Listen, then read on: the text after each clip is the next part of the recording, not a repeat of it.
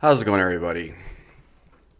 So, I'm just sipping on that delicious ginseng coffee with some amazing Hyperion herbs cordyceps and about 250 milligrams of rhodiola. And I figured I'd tell y'all a little bit about what I've been doing lately, how I've overcame the red Panax ginseng dosage thing that I've been talking about, as well as what I've been doing with my Shilajit. So if you've been following me the last 4 months, almost five now,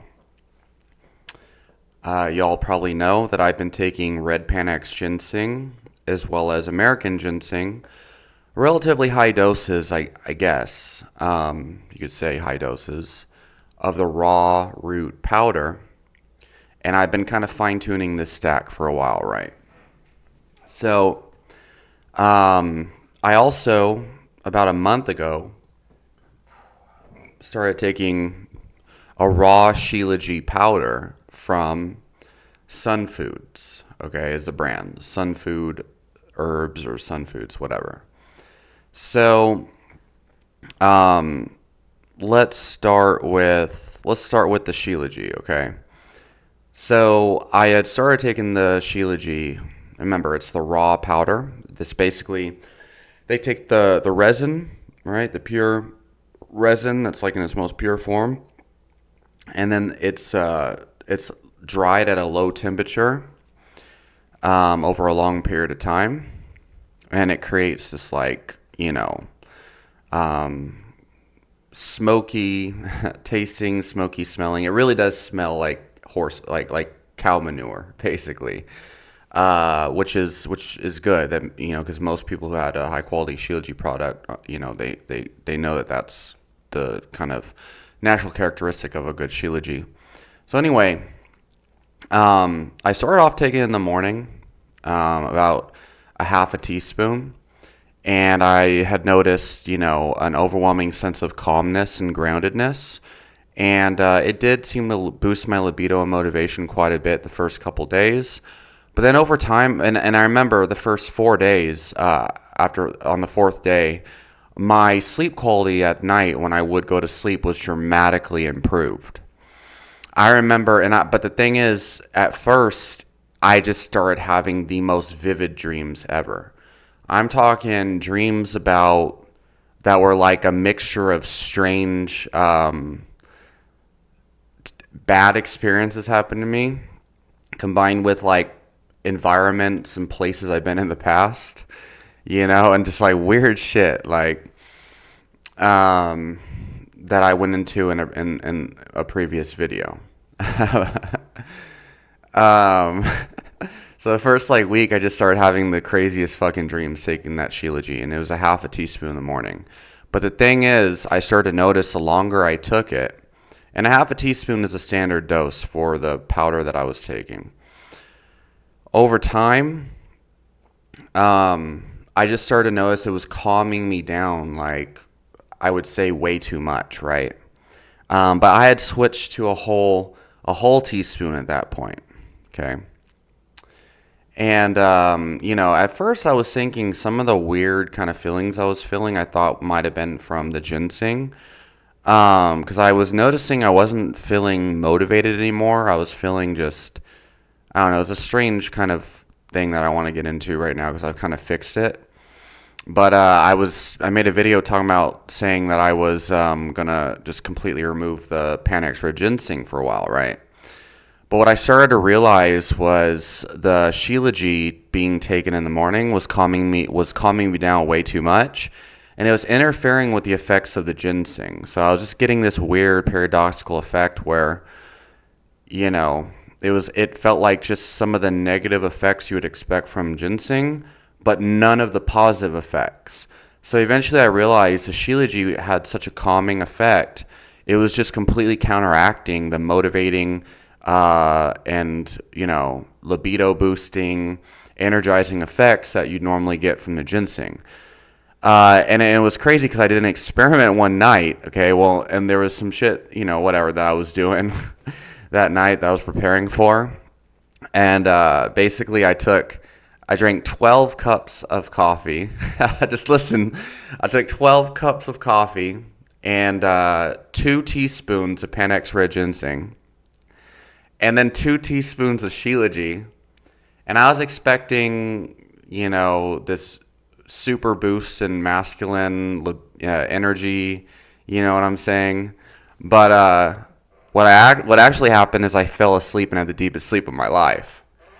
And I'm just gonna say on this, it's interesting because most humans have a very like good or bad, God versus the devil, black or white type of thinking. They hear like, oh, coffee or caffeine.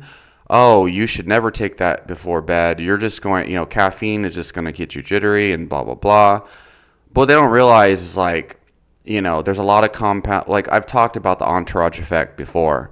When you take caffeine in the form of like green tea versus coffee and this and that. Obviously, never take 12 cups of coffee before you go to bed. You know what I'm saying? I wasn't planning on going to bed that night though. But the thing is, taking Shilajit alongside coffee, it does obviously have some kind of counterindict. It could be it could work as synergy, work completely opposite, whatever. Well, point is, just because you take fucking coffee, if you take other things and whatnot, obviously it does not mean the coffee is going to make you jittery or have this effect or that effect. Or ginseng is just going to do this, or ginseng is just going to do that. So in this case, taking the Shilajit alongside the coffee, I felt like the more coffee I took, the calmer Shilajit made me. Although I don't think that would make much sense. It could just be the fact that Shilajit was such a powerful calming agent that it just nullified everything else. But I have noticed Panax Red Ginseng during certain parts of my life when I take it in a certain dose. I've noticed it tends to actually have more of a calming effect in certain circumstances. When I take Shilajit alongside red Panax Ginseng, the Panax Red Ginseng seems to have more of a calming effect sometimes. But so yeah, and they all have varying effects on the choline system. That's something that is there in the scientific literature on Shilajit and ginseng. But its interactions thereof is, to me, unproven and quite a bit of a mystery. Shilajit seems to have a variety of effects on NMDA, GABA, glycine, as well as choline and dopamine, okay?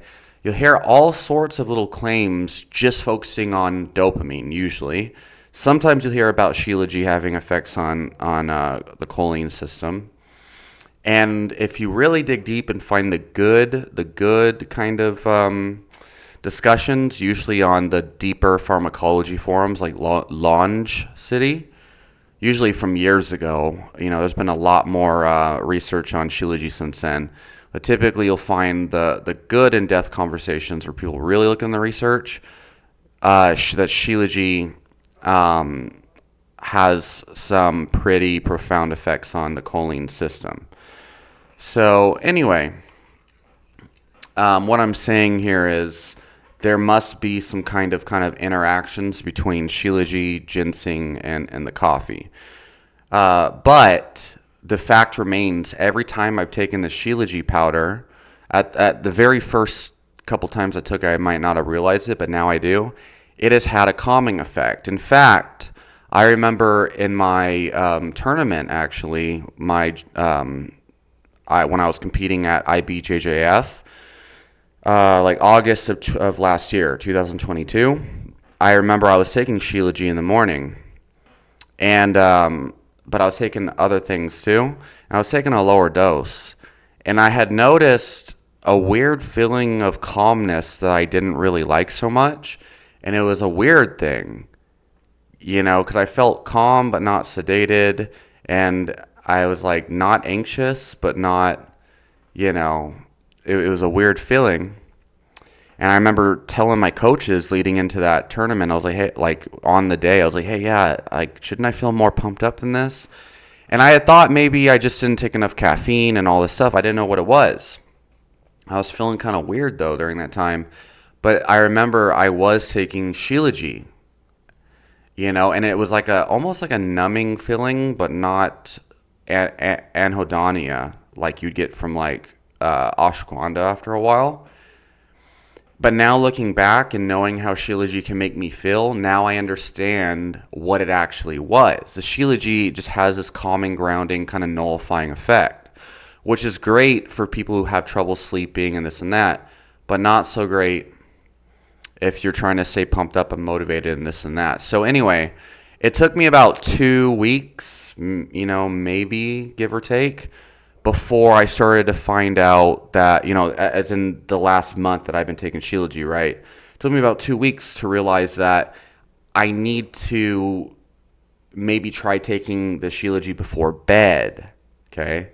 So this was a turning point. So the last week or so, really, I've been taking about a teaspoon of Shilajit before bed, right?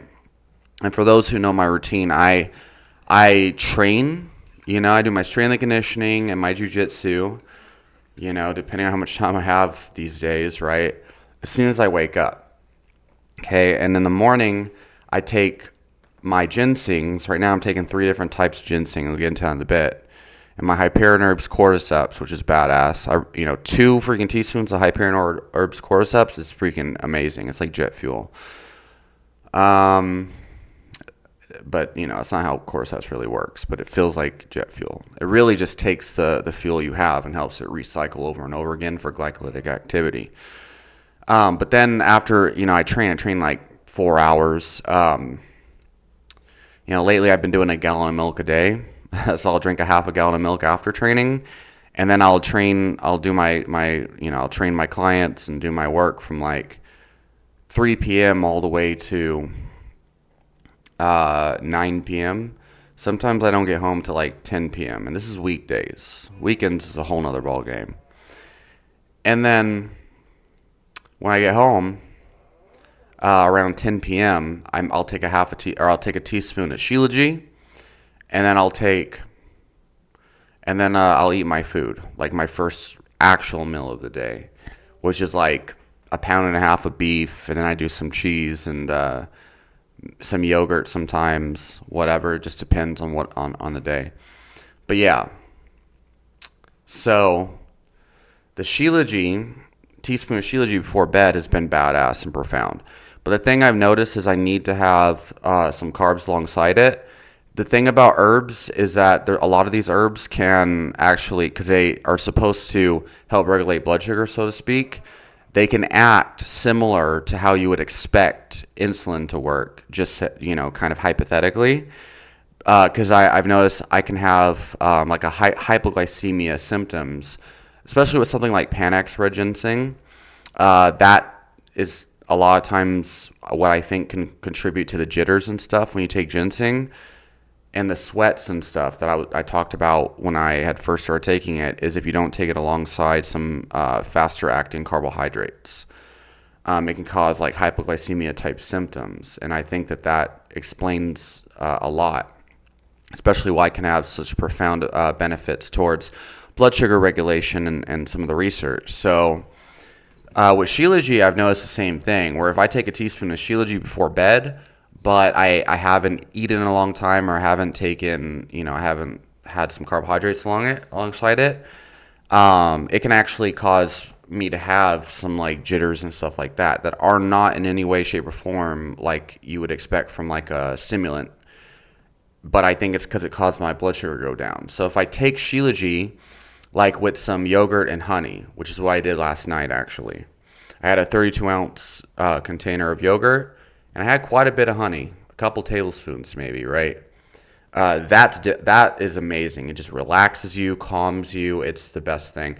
In Ayurvedic medicine, when, they prescribe Shilajit, the traditional usage of Shilajit is usually kind of like blended in some hot milk, sometimes ashwagandha and some honey, or some jaggery, I believe is what they would use. But yeah, so that's kind of been what I've been doing then.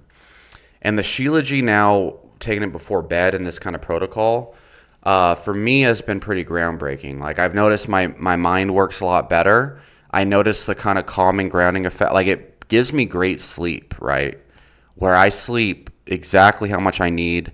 And if I wake up in the middle of the night it might be because I have to go to pee, or if there's some kind of crazy disturbance in the environment. But generally, that's okay as of lately. But then the thing is, back beforehand, if I got woken up, it'd be hard for me to go back to sleep because then I have this irrational anxiety, like, oh, what if I get woken up again? You know. But lately, it's been a lot easier for me to just kind of ease back into sleep. Pretty fast too. Like I'm in much more control of my sleep patterns taking Shilajit before bed. So, and then when I wake up, I have more. I have less of that kind of jet lag grogginess, right? And I have more refreshness and satisfaction that you would expect from good sleep, which a lot of people are, claiming that they lack. And it's like that waking up feeling satisfied from sleep type of thing. And then I'm still kind of calm too, which is a cool thing. My thought patterns are more balanced, and I'm able to keep a more level head during the next day, right? So that's a cool thing though about taking a lot of these like calming adaptogenic type herbs. Adaptogen is the term, but it's not really how they work, but you get me. Is if you take them at the right time, right? So if you dose a calming herb before bed, because this one's like so fucking powerful, like I mentioned before. If you take it in the morning, it's crazy. But if you like reishi as well, if you take, like when I was taking Hyperion Herbs reishi, and I take it around, like the same way I'm taking the Shilajit now, like at 9 p.m., right, before I go to bed, what happens is you get the great benefits of, antihistamine effects and, kind of calming, grounding, balancing type effects and this and that, blood circulation and all of that. And kind of, improving your testosterone to cortisol ratio, as shown in some of the intervention trials on it, taken alongside cordyceps. You can get those effects and improve your sleep taking it before bed, and then it helps to actually calm you the next day. But the effects have worn off so much, that it's just balancing out whatever stimulants you take the next day, instead of like having a profound sedating effect that interferes with the rest of your day. So my focus is a lot better. My train of thought is a lot better. And I don't have that kind of like scattered anxiety I would normally have. I'm able to kind of stay in the flow of things and be effective. And it's almost like all that energy I've always had that's just like so overwhelming and profound and just like so much energy, it just blurts out all over the place. I feel like it's now all kind of came into kind of one concentrated, I guess, body of energy now, right? I feel like all the energy used to be scattered constantly all around me. Now I feel all that psychic energy or that mental energy is contained within me now, if that makes sense. To give you all a more woo-woo, spiritual esoteric explanation of what I feel Shilajit is doing. Now, here's the thing. Taking that Shilajit at the nighttime, okay? The way I optimize it, okay? Because some people might be like, oh, just take the Shilajit and nothing else. Like, that's cool for y'all, okay? I have kind of like, for one, a lifestyle that I think over 99% of society would not be able to sustain no matter what they do. But beyond that, this protocol I've been kind of fine tweaking for a while. I'm very familiar with the effects of everything I'm taking at this point, both by themselves and in synergy with each other. I'm not trying to just see how Shilajit works by itself. I'm trying to create this stack and optimize what stack I've been taking and where I'm trying to go. And where I'm trying to go is not to just take Shilajit on its own for the sake of finding out what Shilajit does on its own. Okay, because I'm pretty sure I can expect what would happen otherwise. But anyway, so what I'm taking in the morning now, okay? So today, actually, right now, 2 whole teaspoons of Panax Red Ginseng, 1 teaspoon of American Ginseng, and this is the raw powder from Dairyland Management, which is a family-owned company out of Wisconsin. And I'm taking this brand specifically because ginseng powders tend to be fake and all this other stuff, but I know this company's legit because they sell the whole roots too, and you can taste it, you can smell it, you can see it. It is what it is. Now, 6 years grown, a lot of intricacies to really know if your ginseng roots are actually grown as long as they say they are. But I do experience the effects that I would expect from a high quality ginseng powder. And I've tried a lot of extracts and ginseng products that claim to be the best and legit and the most popular award-winning ginseng extract out of Korea. If y'all know which one I'm talking about, it's like the most highly sold, has the most variety of ginseng extracts. I don't want to say the brand, but like if you know what brand I'm talking about, it's like a black tar type consistency when it comes out, up like a black slime. I'm telling you right now, that product is fake. I think the reviews are probably fake, and anyone who thinks they experienced anything from that product, probably a placebo, because with a real ginseng powder that's unextracted, if you brew it and prepare it properly, you can feel its effects within the first 2 hours. Really, within the first 30 to 60 minutes of taking it, you start to feel that subtle kind of stimulation come on. With an extract, you can feel that usually within an hour for sure. Okay, but with that product, it's like, oh, like people are like, oh, after 2 weeks, I felt it kick in finally, and they're like, it's not really a stimulation. It's just you don't feel tired. I feel like those people are just experiencing a placebo effect. So anyway, it's like whatever. It's just insane. Some of these companies milking money from people who don't know how herbs are working because they never felt a legit product. That's how I felt when I used to take like the Host Defense and Paul Stamets brand mushrooms and stuff. I used to take those and think I was feeling something because everyone's like, oh, Paul Stamets is the best and all this stuff. He would never sell a bad product because he wrote the books on it, the lectures on it, the science on it. And you know what I'm saying? I thought that I was feeling good effects from his brands. But then I took the Hyperion Herbs mushroom products, and I'm like, holy fuck, like, I was like experiencing the placebo effect because the effects from a good mushroom product are so profound. You're like, whoa, like, damn, like this type of shit actually exists. Wow, right? Anyway, yeah. So anyway, that's kind of how I've been feeling with the ginseng stuff. Of course, as you take it a while, it becomes your more normal state. And you're not as like impressed, obviously, because it's been a couple of months, but you just realize how fucking powerful you feel, how vital you feel. So anyway, yeah. Right now, 2 teaspoons of Panax Red Ginseng Powder, 1 teaspoon of American Ginseng from Dairyland Management LLC. Brewed into my coffee, blended and stuff like that to make sure I extract the saponins fully.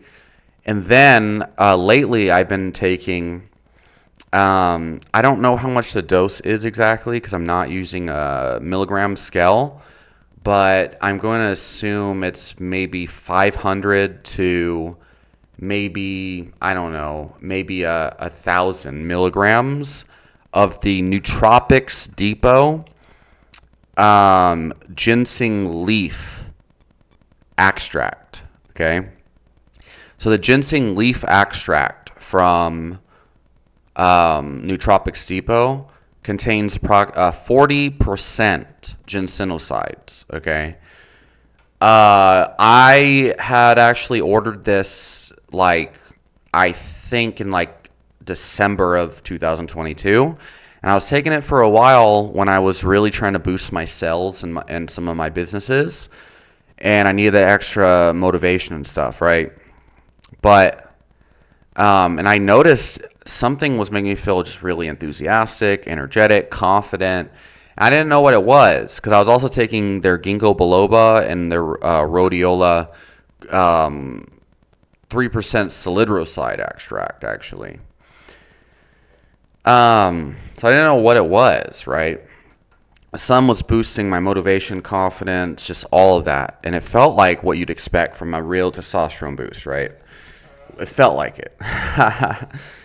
Because everyone likes to think their fucking natural things are like the equivalent of steroids, right? But anyway, but then I had stopped taking it because I was like, it's nothing, blah, blah, blah, right? So I started taking the ginseng again, their ginseng leaf extract again, on top of everything else. And man, I gotta say that damn ginseng leaf extract. If you take enough of it, man, you feel great. Like it's not like that heart pounding stimulating effect. Even and this is coming from someone who takes like 12 cups of coffee some days, right? I don't feel that heart pounding effect that people do, um, but yeah, it's more of just like a feeling of like vital physical and like enthusiasm, vitality, energy, vigor.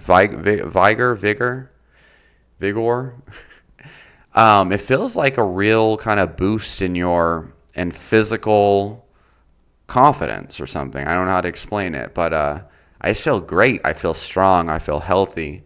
I feel motivated, enthusiastic, ready to attack the day, but also grounded, right? And so I think some of these boosting, stimulating effects come from the ginseng products. And I think that Nootropics Depot ginseng leaf is just the icing on top. It really is powerful. In fact, I would say as an isolated Panax product, I think that it would be great. American ginseng, I've tried a lot of extracts, and I haven't found anything as good as just the regular powder from Dairyland Management LLC. Um, but yeah, I think that damn Nootropics Depot ginseng leaf extract, if you're looking for something that you can just kind of take on your tongue without brewing it in some hot liquid, because you got to extract the raw powders, you know. I think that the leaf extract from Nootropics Depot is probably the way to go, and that might be what I do on days I just got to get up and go if I'm running late. Just pop it in some, get some caffeine powder, put in some water, in a shaker cup, and put the ginseng powder and the cordyceps extract powder, the leaf extract and the cordyceps powder extract from Hyperion Herbs. Shake that motherfucker up and then just be on your way. That might be what I do. But American ginseng, make no mistake, a lot of those extracts out there not good. And I will still recommend, even if you can't do it at first thing in the morning, brewing the damn American ginseng in some coffee or whatever, blending it up in that hot liquid, maybe afterwards, right? Just because the effects of American ginseng are so grounding and they have their own kind of little quality to them that I found very beneficial and synergizing to the rest of the kind of stack, right? But yeah. So now, will all this work the same way if you just take the free, the Shilajit by itself, or you just take the ginseng? I don't know. I know what I'm looking for, as far as like the energetic embodiment and the aura that I'm looking for, and that's exactly what I'm getting here, right? I don't think you can use reductionist science to kind of like be, figure out how these things are going to work, or like, how you can expect these to affect you or anything like that. Herbalism, traditional medicine over the years, it's never been like that where you're like, oh, well, it kind of has, right? Neurochemicals and this and that are very similar to elemental theory and the meridian paradigm you get from traditional Chinese medicine. It's pretty much the same thing, just different language, obviously. But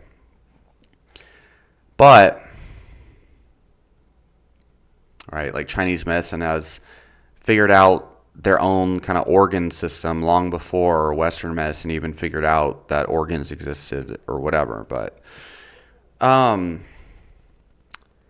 yeah, but just like, remember, these traditional herbs, whether it's Ayurvedic medicine, Tibetan medicine, traditional Chinese medicine, they've never been, some of these, sure, they might have been used on their own, right? But generally speaking, they have been used in different formulas and to get a synergistic effect. Panax red ginseng taken by itself Panax red ginseng, okay, can have different overall outcomes and effects depending on the herbs it's stacked with, okay? Traditionally, it's been stacked with things like goji berries, astragalus for one purpose, and then other purposes, like, I'm blinking out, but there's quite a few different stacks could be taken with. But yeah, different herbs stacked with ginseng or shilajit or whatever gonna have completely different effects a lot of times. So anyway, yeah, this is kind of what I've been working with for my purposes. And if you look, I mean, if you look through the scientific literature, you'll find a lot of the things I'm talking about as far as actual human outcomes, right? We're not talking about what does it do to the cholinesterase B enzyme or MAOIB or the HTA1 receptor, you know, or dopamine carboxylase or whatever, tyrosine. Those are all great. And I used to be really into that and nerd out deeply. And actually I'm kind of having a resurgence in that. I do feel like there's benefit, but like when it comes to practical outcomes, when you understand a basic understanding of the neurochemical and the enzymatic processes that can occur from some of these things, and you get a general idea of the theme with, GABAergic compounds, dopaminergic compounds, etc. You understand what choline and all these other things do. Whether it's an agonist or an antagonist, or the effects are presumed to be agonizing or antagonizing, or it could play both roles sometimes. Does it inhibit an enzyme and this and that, right? And what does that enzyme do? When you have a general understanding of these things and you don't see them as absolute, you're not just like completely like this does this or that and there's no alternative. Like, as long as you keep an open perspective and you're like, oh, this seems to do this and probably does that, right? And then but you understand that the most important thing is the outcomes you're trying to achieve, right? A lot of people, their whole conceptualization of these things is, if it says it does this to dopamine, then you're just doomed to that effect, right? Like, people fall into that with like reishi. They're like, oh, there's this one study that shows there are compounds in reishi that might inhibit DHT in like isolated rat testicle studies with this isolated compound extracted to a ratio you'd never get from a natural supplement in human practicality applications, right? That is like the reductionist, Petri dish studies literally have very little to no relevance at all to actual human outcomes, okay?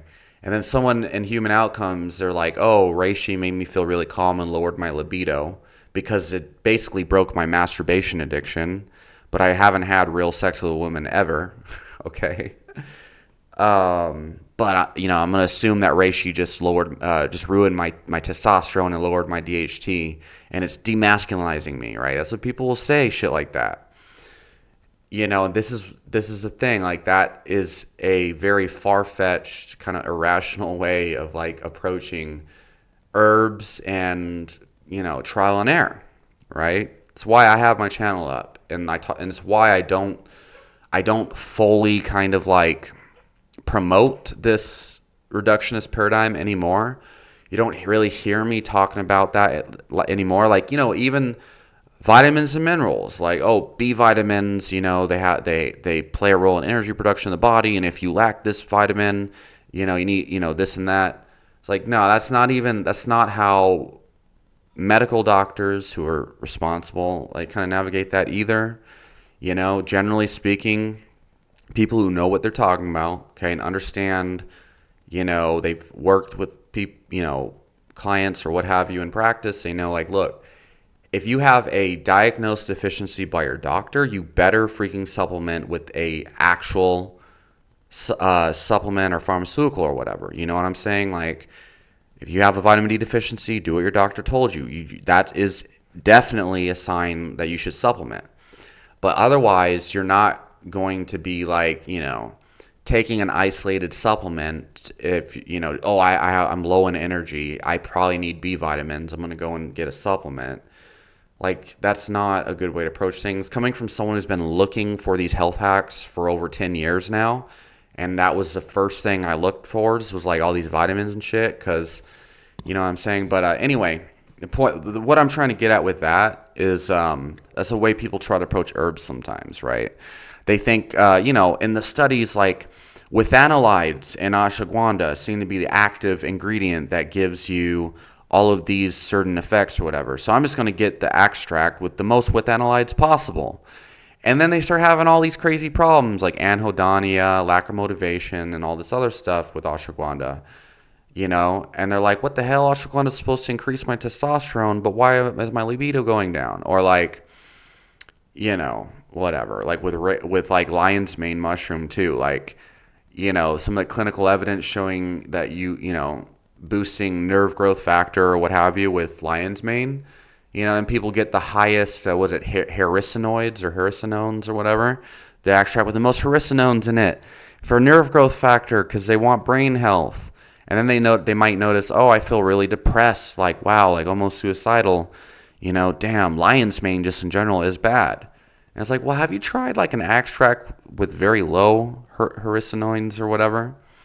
And then the people that do take that, they're like, oh shit, like I actually feel really inspired and motivated and awesome. The complete opposite effect of, just taking the extract with the most of those like isolated compounds, right? And, and when I say shit like that in passing in my videos, a lot of people will assume like, oh, you're just anti-science, which is not the case at all. I'm very pro-science. It's just your idea of science is dogmatically buying into whatever charlatan expert is trying to sell you a product that you tune into at the moment, right? Telling you that the mycelium of a mushroom is like the most important thing and blah, blah, blah because of this and that, more active constituents, more beta-glucans or whatever, right? Meanwhile, they're selling you a product that's mostly rice or some shit and, oats, and then the beta-glucan content is actually from the oats. Like, motherfucker, you eat oats all the time with beta-glucans, and you don't get the same effects you're looking for in a reishi product. But, it's like, whatever, man. The greatest information, if you really want to know how to actually be effective in any area of your life, 9 times out of 10, the greatest information is underground. It's esoteric, okay? You got to look deep. Find those people that are, like, operating on is a visionary, operating on some Einstein shit. They see the big things years, sometimes decades before the big things come to fruition. That's kind of how it goes, but that's how it always goes, actually. Anyway, so yeah, that's kind of what I'm operating with right now. I'm going to finish my coffee, and I'm going to get jiggy with the rest of my day. Yeah. All right. Have a great one, y'all.